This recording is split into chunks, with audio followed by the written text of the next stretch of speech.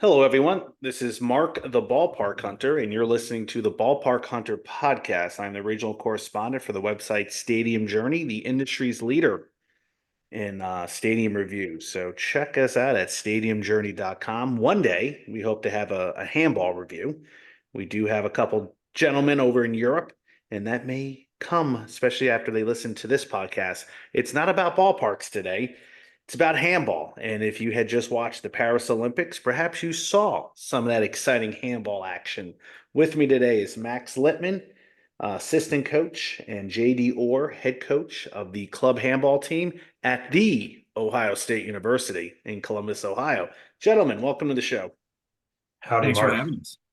Thanks for putting respect on the as well. I have a few Ohio State fans, and I have an Ohio State shirt that I bought, and I wear it to work sometimes. And there's a substitute in there, and he always goes OH, IO. IO, and he's like you're Ohio State guy. I'm like, no, I just bought this shirt because I liked it, and then other guys are like, hey, you got some crap on your shirt. Why don't you rub it off? They're Michigan men, so it's either love Ohio State or you hate Ohio Very State. polarizing. So, very polarizing. But when they must hate you for a reason. So there you go. So handball. It's called handball, not team handball. That's not Yeah. the say. Yeah. Everybody else in the world calls it handball. We have to call it team handball here in the States because everybody's used to slapping balls up against the wall. So nobody else really knows that sport exists. So we don't slap any balls. No, and nobody slaps balls against the wall over in Europe or anywhere. Only in Ireland. That's the only spot. Oh, okay. Only in Ireland. Yeah. Well, that's I grew up in New Jersey. That's what the old Italian guys would do. Yep. They'd go out there. They'd be in their 50s, and I'm kind of approaching that age. So I don't want some kids making fun of me. Yep. Look at those old guys playing handball with their hands all out. So, but yeah, let's talk about the handball, which when it comes to Olympics, and if you've been watching Paris, and I just did a podcast a few weeks, a little while ago about my favorite events. I love handball. It's exciting, it's fun, but it's not popular in the States. And I want to know why. What is it going to take to get this popular? And you guys obviously play the game, you coach it. How did you get involved? Well, how old were you? What got you into handball? Max, do you want to start? No, yours is a shorter story. Okay. I started because of JD.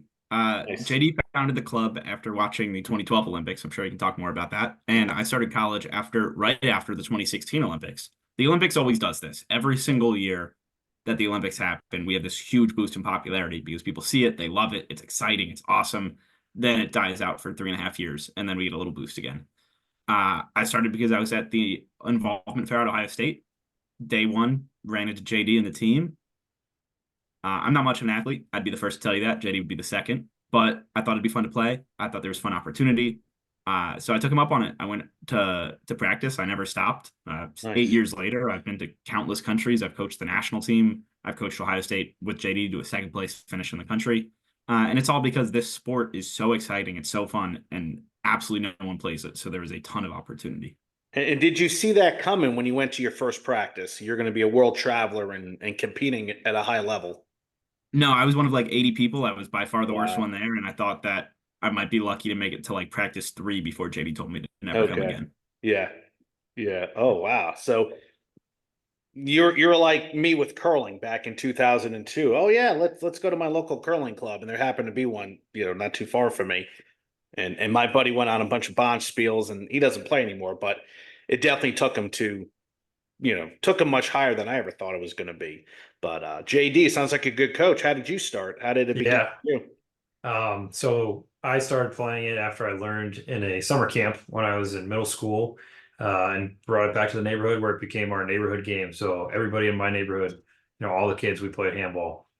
So when 2012 came around, we're watching the Olympics. I was at Ohio State as a sophomore, watching it with my dad, asking him, hey, why does Ohio State not have a handball team? He's like, well, why don't you just start one? So got my buddies together, got my roommates, started the club, sitting there in the president's meeting with, all the new clubs, and the guy sitting right next to me, here's, I said, handball. He's like, do you know Mark Ortega? And I was like, I know the name. Mark at the time was captain of the national team. He's like, oh, well, Mark just moved back to Columbus. He's retired playing professionally, and here's his phone number. That was his brother. So he gave me Mark's phone number. Mark came to our first practice. All my friends quit because we took it too seriously. And Mark got us, he said, we got to go to Europe. So he took us to Germany for spring break, got me on the junior national team. So I ended up going to 3 countries in 3 months after only playing the game for a couple months and pretty much hooked from there. So like Max, been on many trips with the national team, both as a player and a coach. Coached our Ohio State team now for the last couple of years, and definitely had a lot of great experiences with the game. And really, the big sales pitch is it's a perfect game for most American athletes. And the bigger sales pitch is this is your chance to get in on the ground floor. Everybody just talks about it. They see it every 4 years. They don't do anything about it. But if you really want to be a part of something, you can get in the door now and really pave the way for the future and what's to come. So there's not many sports left in the US that are as popular internationally that you can basically blow up. You've seen the rise of pickleball, obviously. We won't get into that, but it's my nemesis. But that's something that we'd like to see with handball, and it has the potential because it's a low barrier to entry sport. So Yeah. Yeah, that's what I saw. You don't need a lot of equipment. It's a very simple rules. It's not as if you're playing Australian rules football or cricket. You're not starting a cricket team here. yeah, It's easy for somebody to learn, even if you don't have a lot of Not, athletic not prowess. only that, but we will literally pay you to start a team at the Oh, high school level in the US. Like you were saying, Mark, the barrier to entry is you need a ball and you need nets. And those nets can be futsal nets. We play at futsal courts every Thursday in Columbus. There is no barrier to entry because there is no equipment. You can make use of what you have. We've done that for so long that we have pop-up soccer goals. We have any sort of thing because it's really just throwing a ball around. It's having fun with your friends. to be yeah. clear, when I started the club, we didn't have any balls, so we used a size 3 soccer ball, which is the same size, just different kind of material. And I tied trash bags together to create an arc that we held down with rocks. So it's truly started from the bottom. Now we're here kind of moment. Yeah. And I mean, did you see that happening for you? You know, when you started the club, did you have this vision? Not at all. So like that's why I was a pretty much a JV athlete in high school. Yeah. And so when I get the opportunity to go play with Team USA, yeah, I was pretty excited. So I've pretty much never looked back, never taken every opportunity, said yes to every, opportunity that we've gotten. And yeah, the doors continue to open. I've had press passes to major events. I was on the coaching staff for World Championships. I am not some elite coach. I am not some elite athlete. But that's kind of the call to get the people that are to come in and help us out because it's leaving people like Max and I to keep the ship sailing. Yeah. We, Now, we can make an elite athlete a national team guy, but we can't continue to be national team guys. oh Yes. yeah. Yep. That's kind of like me with adult kickball. I mean, I've been playing for almost 20 years and I don't run as fast. I don't have the hands anymore to play the outfield. You know, I'm not, my kick and prowess is getting a little shoddy. Yeah, it's a new generation needs to take over. And, it's I see these kids. There's a lot of I'm just looking at the guys that I play adult kickball with. I mean, there's some great athletes there that are just playing this for fun. Imagine if you transform them into handball players, or Exactly. you took the football players, guys that are, out of college that, maybe forgot about their, say, hey, I already played my college career. So, and then here comes this new sport, handball. And like you said, you may not understand what it is at first, but I think once you start playing, you're going to love this. It's exciting. It's fast paced. It's soccer. It's basketball. It's all those sports wrapped up into one. And I'm wondering when the heck is it going to take off? When are we going to see that bump where we're going to see Americans from the early ages get trained and have the accessibility to courts? So they're winning a medal. It's one of the 5 medals that the U.S. has not captured yet in Olympic events, and I think their international record 2 or 5 wins. It's not that impressive. Yeah, it's I definitely think it's four. it's 4. multifaceted. When are we going to see that on the current trajectory? Never. You will never Okay, see him become a never big see sport it. in America if we Thanks for being continue at honest. the pace we're at. It's If it's yeah, there's a lot of factors at play. Mhm. The biggest one right now is visibility. As you can see, people only remember it exists during this 2 week period every Yeah. 4 years because it's not easily accessible. But the problem is it is very easily accessible. You just have to go to ehftv.com, create a free account. There's games on every day. and those are all international games, high level games, Champions League games, same Champions League that exists in soccer. But nobody knows that the Europeans aren't marketing it to America. Nobody here is marketing it. The national governing body has a lot of room to grow. It's only right now 2 guys, and both of them are doing the best they can, but it's just not cutting it. If someone wanted to take over the sport, they could walk in and take over the game and blow it That up right easy. away. That easy. The big piece is on, like you said, the youth side. The game is played on a court that's bigger than a basketball court. All high school, middle school, elementary school gyms are designed for basketball. So when we have to play on a court that's significantly bigger than that, we got some issues. And so it's finding the space that can be accommodating at the appropriate levels, or we have to look to modifying the game, which nobody's really on board with. So we've been kind of stuck in this rut where nobody's exposed to the game, and we don't have the opportunities to play the game the right way, especially the glue aspect. So I don't know if you've seen, but handball is played with stickum. There's a resin on the ball, and nobody here in America wants to play with that because the glue gets all over the floor, ruins the epoxy finish for the basketball people, and it's difficult to clean. So there's these simple hurdles that just need to have people on board with of, let's take the steps to clean it. Let's take the steps to maybe tweak the spacing and sizing of the court and just getting kids playing the game. Yeah, especially at a youth level. I mean, is a youth court the same size as an adult court over in Europe? Yeah, So a it youth adult depends. courts are the same.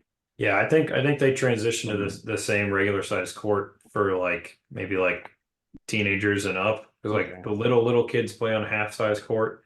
But other than that, that's everybody else is on a full size court. So and for perspective, Mark, I don't know how much research you've done or not, but we essentially have 15 college programs in the United States and maybe 2 or 3 small pockets of youth programs in the whole country. So there's a major adult club system in every major city. If you were to go look at Chicago. Chicago, Dallas, Columbus, New York, Pittsburgh, Boston, Detroit, New York, Boston, Miami, San Antonio, LA, San Francisco, Charlotte. You name it, there's a club there, Seattle, pretty much every major city.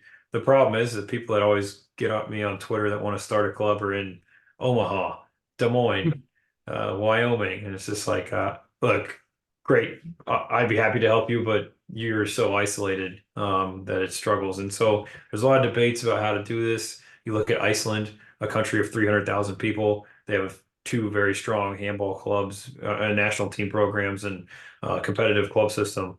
And there's only 300,000 people. That's a pretty small city here in the United States. So it's one of those frustrating. Yeah, exactly. Exactly. Imagine Fort Wayne being the handball power. So that's really all it takes is that one city buys into it. And what JD's saying there with the clubs is really the key. So you mentioned earlier the ex-college athletes that are washed up, in their sport want to do something different. That's the key to the club system. We can have a robust, good club system in cities like the club we own in Columbus with athletes like that, and that would be an awesome first step. It would get exposure. Hopefully they have friends, they bring their families, but the real key is their kids. Yeah. You can't get to that Olympic gold level with washed up college athletes. We tried it on the national team level. It has proven absolutely not to work. What we need is a youth system in place from that, right? Bring those kids in, get them to start playing early, and then build them up. This is a 30-plus year process. And I don't think handball will get popular until we get to the Olympic medal stage, or at least an Olympic competitive team, because no one wants to see their USA team lose by 40, right? Which is what we're on track for, at least for the women's team in LA. But once we get that adult club level to be recreational and things like that and build up the youth level, that's when we look at stuff getting serious. Yeah, so we're looking at a long time for us to improve on an international level. Yeah. How long will it take just to get some respectability, or just to get a heck of a lot more people playing? Get it to, I hate to bring up pickleball, but get it to where pickleball was in the early stages, where, hey, did you hear about this new sport, handball? Let's go play. I think we got a shot for 28. Our men's team is going to be good, and that's because our current men's team, by good, they might not win a game. They'll be competitive. They will definitely. They will be within 15 goals. Yeah. Because the men's team is entirely dual citizens now. They are almost entirely European guys who played growing up in Europe who happen to have American citizenship. Okay. That's kind of like what soccer was at one time in this country. I mean, for the World Cup. The team didn't make it from 1950 to 1990, and a lot of guys on the team had dual citizenship, and a lot of the guys that made the 1990 team learned to play overseas when they visit family. But I But think that's a good point.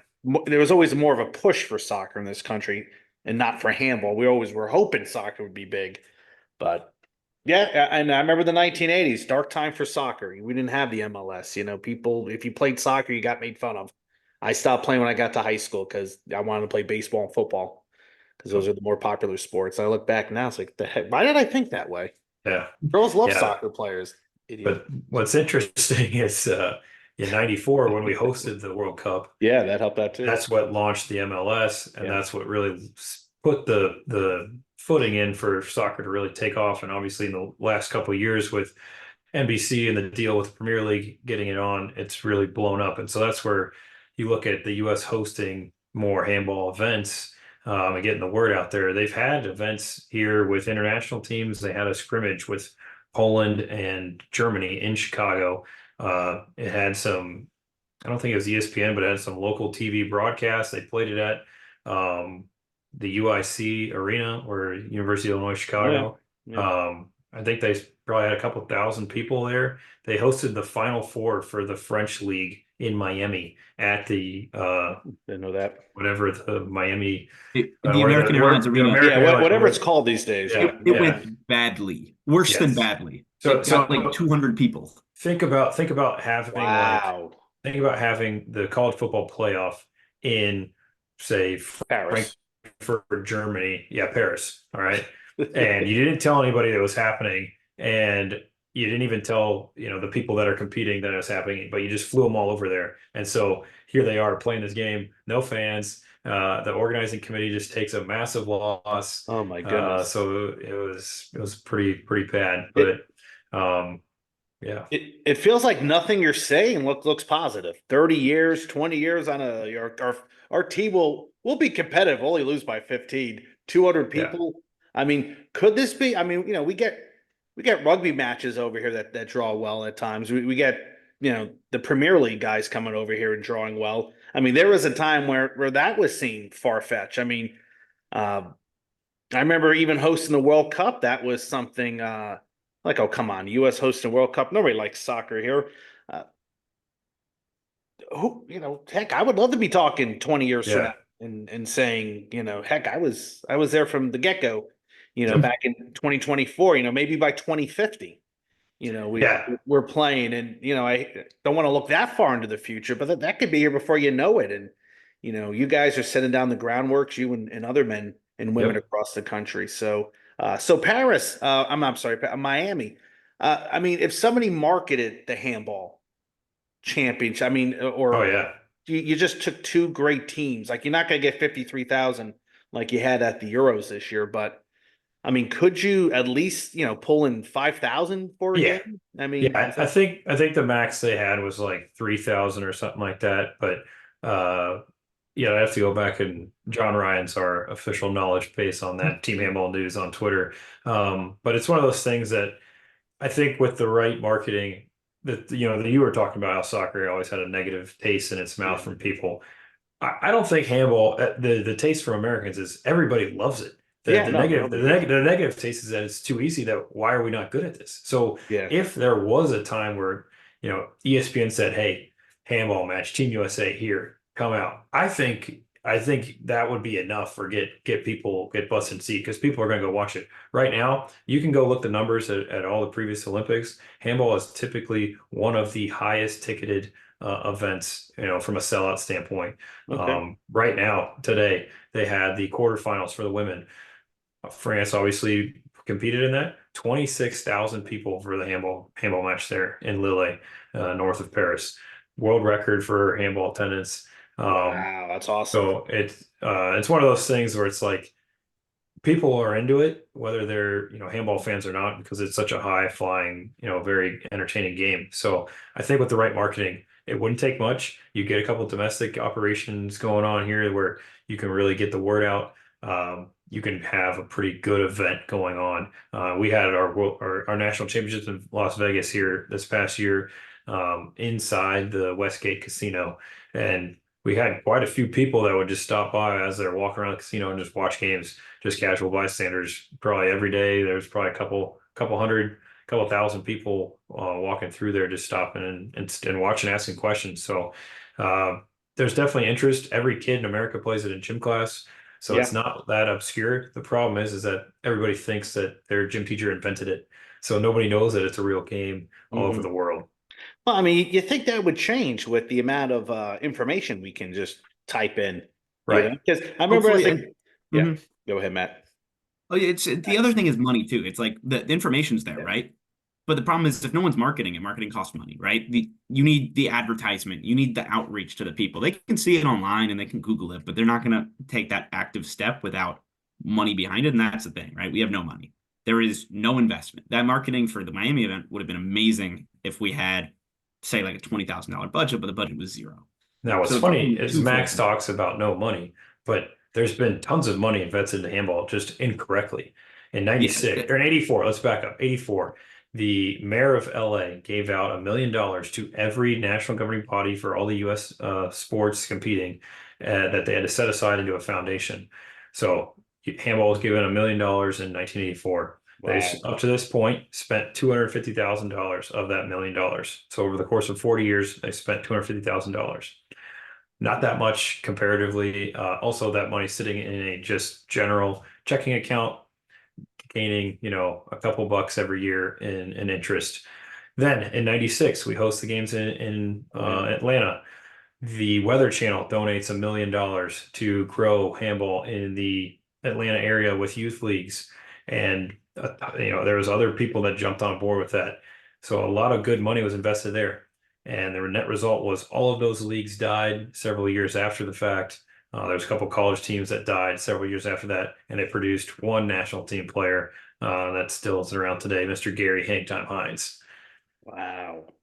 So Tom Bradley, the mayor of Los Angeles, 1984, gave $1 million out, and that money is still sitting somewhere. Yes, it's in we know where it Indianapolis is. of all places. It's in Indianapolis. We are not allowed to spend it. Well, what do they want to do with it? They haven't even invested it. You've been Yep, just sitting there, It waiting. is one person's responsibility, unfortunately. Oh, so I mean that one person's. I mean, is anybody even checking to see if the money is actually still there? Or Oh, we know it is. We know who it is. Yeah. Yep. Yeah, and it like JD said, it's not necessarily we don't have the money. We've never tried to spend it right. We've never grown the game the right way because the goal has always been just to get the most competitive national team as fast as possible. Yeah. Which is an okay goal, but we're at the point, especially with how Europe plays and how the game's developed, where it is a professional sport. And you can't go from zero to hero just by giving a $500,000 boost. You need all of that money invested in youth. You need it invested every year over time. You need money to clubs and that stuff that's never happened. And then not to mention the marketing, advertising outreach that never happens. Wow. I'm learning so much more about the sport and because like in Europe, do they have first and second and third divisions? Oh, yes. They have seventh divisions in Germany. We played against the Norwegian third division team with Ohio State and we beat them. And we were the first American team to go to Europe and beat a club team in Europe. And that was a third division Norwegian team. They have that for men's and women's. We have a friend who plays second division Norwegian women's. Like they have that. They have U18 teams. Because in Europe, the concept of a sporting club is so different than America, right? Yeah. A sporting club for your local city has 18 different sports as part of the sports club. They have men's, they have women's, they have youth teams. They have all of this development that in America doesn't exist because we have colleges. And that's the problem is in America for college with varsity sports, you funnel your kid through your local club to get to that D1 level. And because we don't have that for college, no one is setting their kid up and paying for them to play club handball in college. That's a great point there because all it would take would be for I mean I don't know I'm thinking do we have that concept of the sporting club if your local little league hey let's add handball or your local basketball league let's add handball like that's all we have tried this we've shot this around and it's never really landed. I've pitched it to a lot of different the local youth organizations and I tell them I'm like I'll donate all the stuff, I'll give you all the support. They're like, well, we don't know anybody that knows the game. I was like, if you can count to 3 you can have a parent that can step up and coach. The parent Nice. that's coaching your youth basketball team, was he a professional basketball player? No, he's watched basketball one time and he said, I'm going to coach my kid, Yeah. because that's what you're going to do. So it's just the struggle is everybody's scared because they're not familiar with it. But it's really, like you said, it's not a complicated game to learn. So I got one more quick story on the money thing that Go will for it. continue to Yeah. blow your mind is that our loan sponsor for probably the last, I don't know, 6 years has been Verizon. Okay. Small company, you might have heard of them. Yeah. And you might wonder, why is Verizon sponsoring USC handball? Well, the CEO of Verizon, Hans Vestberg, Mm. he's a bit of a handball fan. He was president of the Swedish Handball Federation and sits on the Swedish Olympic Committee. So he wants to see handball succeed here in the United States. And his big thing is, once we get more people that we can invest into handball, he will continue to donate more. But as you can see, we've only had Verizon because we said, hey, that money from Verizon is enough. We don't need to go get more, and struggled to land any other deals. The IHF, the International Handball Federation, gives us a stipend, as well as the USOPC, to help fund our few employees that we have. And the IHF is very invested in the US because they said, hey, the US, China, India all have poor handball markets, but they're the biggest markets globally. So if we can get handball big there, it'll be way better for the sport, for the longevity of the game. So they have different programs set in place to place our athletes with professional clubs. So we can take a guy, put him in with a high level, a club you might recognize, like a Barcelona Yeah. or a Barcelona. PSG or something like that. And get them playing, in their system so that they can get better. And it's cheap. It's a cheap value for that club to, have them a part of the system. So there's a lot of, pluses here. But again, we're just not helping ourselves. Yeah. No, it sounds as if it's almost it's like me sitting here. Hey, let's start an Olympic kickball team and let's Yeah. get people playing that. And people and people are giving you money. Nobody's giving us money, Yeah. because Yes. even if you did handball like on maybe like a rec sport for adults or kids, but you're right. You have to find a spot to play it and to get exposed to it, and then you got so many other sports you can play. So Yeah. it's it that I, is that another factor? Is it can handball find a home for kids? Yeah, so it's kind of complicated. Like the adult side, we've been hosting our practice every Thursday night for the last, I don't know how many years, 6, 7 years, every Thursday at 7. It has not changed. We've been on TV, we've been on the radio, we've been in newspapers. It's the same We spot, same hosted a time. semi-pro league. We have tried Yes. everything. Yeah. So the adult side, I think, is people are just less, again, the infamiliarity with the situation, and scared to go try new things. But the kid front, Yeah. if you start at the elementary school level, you also have to have a middle school and high school so that you can continue them. Otherwise, you'll lose them by the time they graduate They'll from go there. someplace else. Yep. Right. So if you go to high school, well, now they're already kind of pseudo specialized. They don't want to be getting into other sports. So you're probably getting the kids that aren't super athletic or aren't playing any sports. Fine, whatever. The problem is that a lot of the schools, the athletic directors don't want to bring on new sports. They see this as a sunk cost, like more money down the drain. And so they're not willing to take the risk. For what it's worth, Mark, I've sent an email to every athletic director, as well as every varsity sport coach in the Central Ohio area. I think probably 50 or 60 schools. And I sent it with like 8 to 10 people per school. I sent emails to, talking about, if you would be interested in helping me start a club at your school, or if you have any athletes that might be interested in pursuing this post high school with your time with them. How many people I heard back from out of emailing several hundred people? I would like to say half. I'm going to say about two. The answer was two. The Oh, answer was two. good. One being my lacrosse coach that I coach with currently, as well as a volleyball coach at my alma mater that has already known that I was involved with handball. So Oh my God. it's pretty sad success rate. Well, because I work at a high school here in Indianapolis, and I used to coach the freshman girls C team. And it's great to have them playing soccer, but I'm also thinking like none of the girls that are on the C team, they could be freshmen, sophomore, and juniors. None of them are going to be playing varsity, Mhm. and a majority of them are not going to play JV unless we have an injury and we need somebody. Get them they playing love, handball. yeah, let them Yeah. play handball. Let them play in a club, Yeah. where, instead of like screwing around on the C team, Yep. because, we like to brag about how many people play varsity sports and club sports in our school.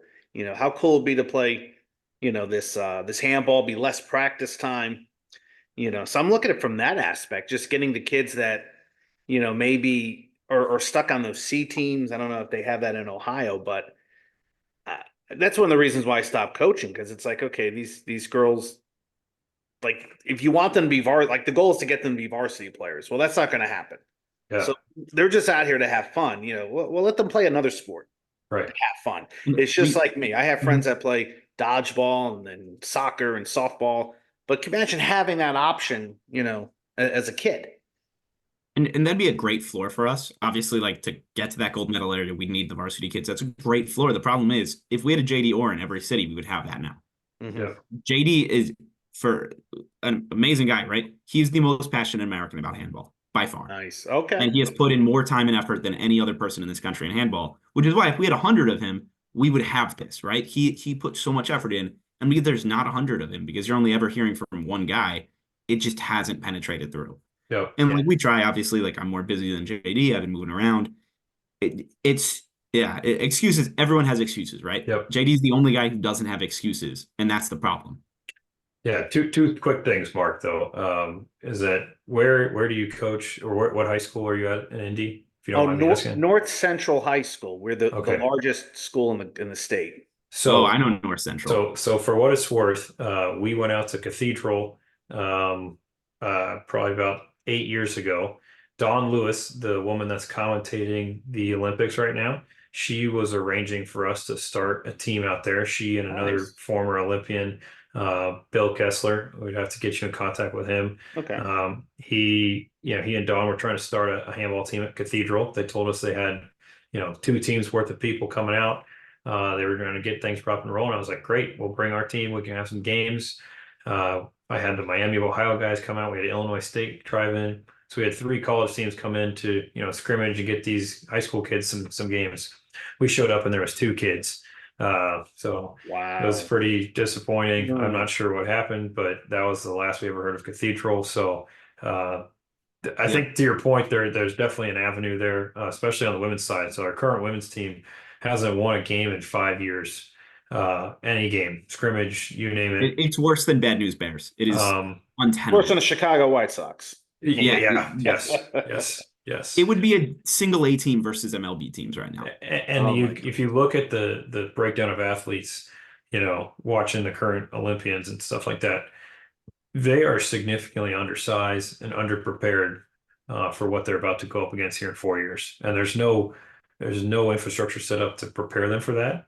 The athletes we have on the team are not, elite athletes from the sense of when I think of a professional athlete, they're, athletes doing everything they can to stay in shape, be prepared, and they're the best we have right now because they're the ones that know it exists and are willing to make sacrifices to continue playing the game at a high level. And most of them come, we've had quite a few come through our program, and they're blessed to have that opportunity. But it's when you look at the situation, if we just got some like you said, athletes from college, T1 athletes, they would step onto the court and take over. If you had a game of random people that never learned the game versus our current national team, it would probably be a competitive game.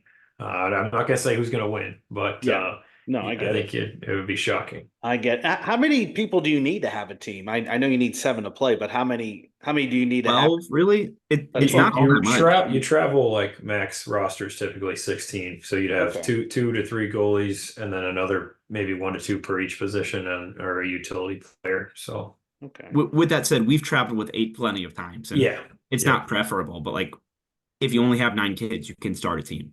Yeah. Okay. No, yeah, I definitely. And then when you look at some of these club teams that are outside of college, I mean, how old are the players? Are they? huge spread. Yeah. And I'd say like there's some club teams that have like high schoolers to, the tournament we played in this weekend where there's guys in their 60s. Okay. And the other piece is most of the US clubs, I would say probably close to 80% of clubs are almost entirely foreign based, so expats that have played handball their whole life and moved here. There's, a lot of the clubs will have one or two guys. There's very few clubs that are almost only, US born and raised players. Yeah, And Columbus is one of the only ones that is almost all American, and that's because it was founded as the OSU alumni team. So we do pump alumni out. A lot of Ohio State alumni stay in Columbus. So the semi-pro team, the Columbus Armada. Yeah, and semi-pro in the loosest sense. Yeah, loosest. Yes, okay, yes. I get it. So how obviously that differs from Ohio State Buckeyes because those are the athletes. But how does the season for your semi-pro team look for you? It doesn't. What handball is in America today is it's a series of tournaments. We just played one over the weekend with all OSU alumni, and it's a great tournament. It's outside in New Jersey. It's the only outside tournament. Our next tournament is probably going to be what the Ohio State hosts a tournament in October. There's a Chicago tournament in October. Okay. In the spring, there's one or two tournaments, and then we have a national championship. There's no defined season. We tried it. We lost too much money on court space to ever again. It's pretty much a free for all. You say, hey, you want to meet up and play? We say, yep. And that's pretty much how it goes. So because we have so many, there's more teams in a 3-hour radius of Columbus than anywhere else in the country. We typically will end up playing the college teams because the colleges get the gyms for free. Our guys aren't that much older and they get better. The college guys get better playing against, bigger, stronger men. So it's a win-win. And that's typically how it goes down. So we'll pretty much have the Armada scrimmage Ohio State once every other month. Ohio State has games probably every other week. Ohio State has a regular from October to April. So there's pretty thick schedule, I would say. Now, do the Buckeyes draw well? I mean, what's a typical crowd like that comes out? 20 all parents. All parents. I think the biggest crowd we've ever played at might have been when we were at West Virginia. That was a great game. West Virginia had a team of entirely Kuwaitis, and they brought the Kuwaiti Student Association. The Kuwaitis go to West Virginia for their oil program. And we played in front of 100 people, and it was the most we've ever played against. It might have been the most American college crowd ever. Okay. Oh, wow. Yeah, I'm just thinking hey, let's go support the team handball. Let's pack the facility. A couple hundred kids, couple hundred people at most. It's just parents, friends. Ohio State's too big. They don't want to promote us because everybody wants a handout. So that's the struggle there. I know. But I mean, and then I'm looking at Illinois State has a program, Miami, Ohio. Illinois State's unfortunately passed away. Yeah, they no longer do. But Miami, Ohio does. Case Western does. There's a big program in Detroit. Pittsburgh has a small program. Okay. It's very regional too. But anything in Indiana, any of the universities. Well, Purdue has a massive intramural program, supposedly. I have not seen it myself, but they just redid their rec center to have handball lines and court. Their rec sports staff even has talked about using Stickum for their intramural tournament. We tried to start a team at Butler a couple of years ago, never got off the ground. But Purdue's our lone Indiana source of hope. Oh my goodness. Yeah, I know. It's Indy, they had a club team that I don't think is around anymore. No, our friend ran it. It was basically a fake team. It was a front. As our friend Joey in Detroit, he basically created a team for Indy just because we had a couple of friends that lived there, but it was just Detroit guys that would play for Indy. So just to make it feel like there's more going on than there is. Yeah, well, it's funny. I once interviewed somebody about a soccer team that was a fake soccer team, and he totally had me. Yeah. I don't know if that's still popular. There was people that would just create these soccer teams and logos just to sell merchandise, but then they would never play. But people would be wearing their merchandise. I don't know that like faux soccer teams and there was one guy had me fooled, and then I don't know what happened to them. Maybe we need to get into that, Max. We gotta get into fake. Yeah, we've tried the merch sales game. It hasn't really worked. And by hasn't, it does not work. Yeah, the whole problem is we throw so much at the wall. JD, me, a couple others, we throw so much at the wall, and the American public just does not latch on. We just need something. We need there's no drivers. And people want to. They want to just show up, drop their kid off, and call it a day. Nobody wants to be the leader of this effort. So, Mark, we only got a couple more minutes, unfortunately, here before Okay. Max and I got to jump on to our next call. All right. But Hey, let everybody know where they can find you if they want to get more information on handball, including maybe starting a program at a middle school or high school level, because sounds like it's an easy thing to do. yeah, yeah, just reach out to us either, at OSU Team Handball on Twitter or at OSU THC on Instagram. Max and I are both on Instagram and Twitter, Facebook. Coach JD Orr on Instagram and JD J Kraken D on Twitter. But the other one would be Columbus Armada HC on Twitter and Armada THC on Instagram. All right. Sounds good, gentlemen. I wish you luck, and I'll well hopefully that LA 28 team will And break the mold. Mark, Yes. it was great talking to you. If you ever want to get involved, talk to one of us. Yeah. We can Yeah. get you involved. We can get you being a coach. We can have you being a founding partner of whatever. Yeah. We Yeah. just need Yeah, I would love to take a trip to Egypt or France. Yeah. Yeah. I You mean, come we have with me. arranged that You come with easily. me, you might get kicked out. So Oh, okay. Well, we don't be want careful. that to happen. All right.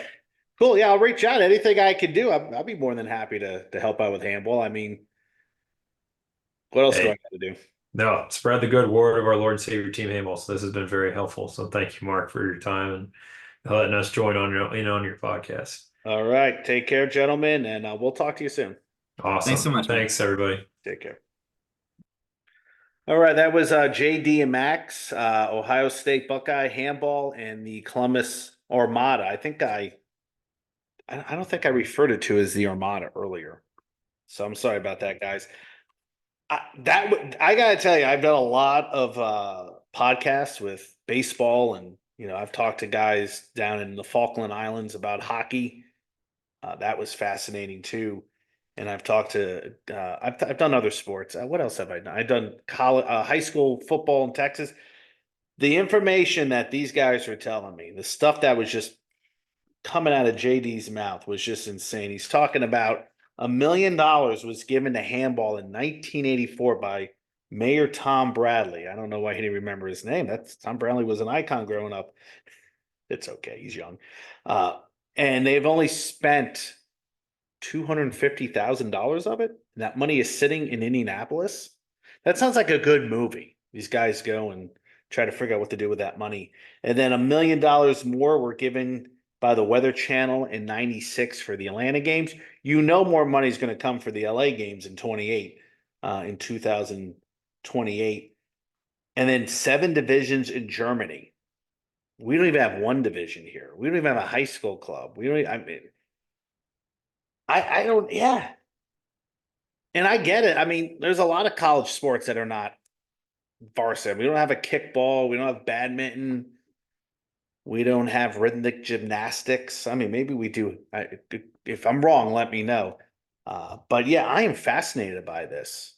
I am truly fascinated about handball. And like I said, this happened with curling. My buddy Jason and I back in 2002 are sitting in New Jersey. We're like, yeah, let's go to the South Plainfield Curling Club. I just show up for 4 weeks because by the time the season started, and I believe it started that fall, I was making plans to move out here to Cincinnati, then Indy. I knew I wasn't going to be around, and I think it was like $200 to join for the season. And I said, well, I don't want to pay $200, and then I move. And Jason, I think for many years, was really involved with the club and Bonspiels, and he went to Boston and Ottawa, and I don't know where else he went, but he had a lot of fun. And that's what that's what I love about the Olympics is that every 4 years you see this sport. It's a little different, a little wacky, and you start doing some research. They said 26,000 people were at um, the knockout round, the beginning of the knockout round, one of the highest attendance ever for Olympic handball. This is serious money. Somebody can be making money off of handball in this country. Flavor Flav, where are you at? I know you helped out the ladies this year in the Olympics, but I'm sorry, the water polo team. You need to help out the men's you need to help out the men's program here. But yeah, like they said, it has to be a grassroots change. It has to start with the youth, then middle school, and then high school, because those are the kids that are going to be the stars. Right now, there could be a kid in diapers sleeping in his crib right now, sucking on a pacifier. That could be the future gold medal. It's not going to be a kid who is 20. It's not going to be a kid who's 10. It's going to be kids sitting in diapers right now. Maybe even a kid whose parents even met yet. Maybe a kid born 5 years from now. That's what it's going to take. He said 30 years by 2055. Uh, uh, that's a long time from now for some of us. I'll be here. I'll be old. I'll be an old man still doing podcasts and going to ballparks. Uh, it's amazing to think that's how long it's going to take. But I mean, look how long it took for the U.S. men to make the World Cup. It took 40 years to make the World Cup.